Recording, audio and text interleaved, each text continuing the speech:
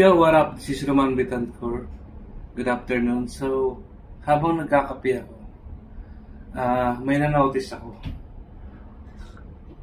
Kasi habang nagkakape ako, chinecheck ko yung bike ko. Ito nga pala yung bike ko. Dahon Boardwalk D7. Yan, sa mga nagtatanong dyan, Dahon Boardwalk D7. So, habang naghihigop ako ng kape, tapos, siyempre, chinecheck ko yan. Chinek ko yung mga gulong, yung mga preno. Tapos, ito may something na unusual. Ito, naglalaro siya. Ayun, pansin nyo? Oh, yan. Pansin nyo ba? So, ayun.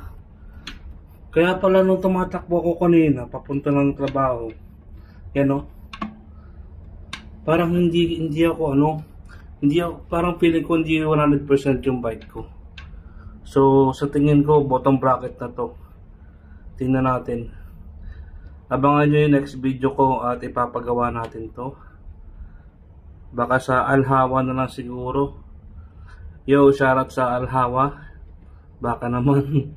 So, ayan. Sa tingin ko, bottom bracket na yun. Kasi, kalas-kalas na rin siya. Kita nyo? Ito. Yan, may kumalas na. So, that's it for today's video. Bye-bye.